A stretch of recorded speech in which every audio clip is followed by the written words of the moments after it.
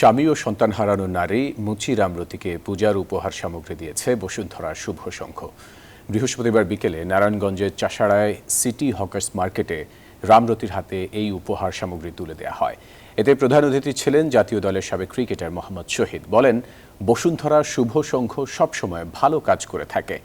নারায়ণগঞ্জ জেলা বসুন্ধরা শুভ সংঘের সাধারণ সম্পাদক অ্যাডভোকেট কাজী মামুন বলেন, শুভ কাজে সবার পাশে স্লোগানকে সামনে রেখে অসহায় বয়স্ক নারীর পাশে দাঁড়িয়েছে বসুন্ধরা শুভ সংঘ।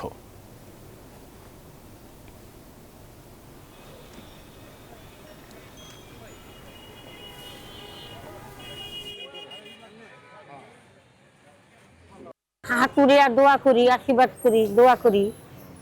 বসুন্ধরা আমরা অনেক কিছু দিচ্ছে, অনেক কিছু খাওয়ার লেগার জন্য দিচ্ছে, নগদ টাকা দিচ্ছে। বসুন্ধরার পক্ষ থেকে আমরা একটা মহিলাকে পূজার জন্য যেটা লাগে আমরা ওগুলা দিতে আসছি। আর হচ্ছে এটা খুবই ভালো কাজ। এই কাজটার জন্য যারাই করতেছেন, মামুন ভাই আছে, আরও তার সাথে অনেক লোক আছে, আমরা তাদেরকে অ্যাপ্রিশিয়েট জানাই।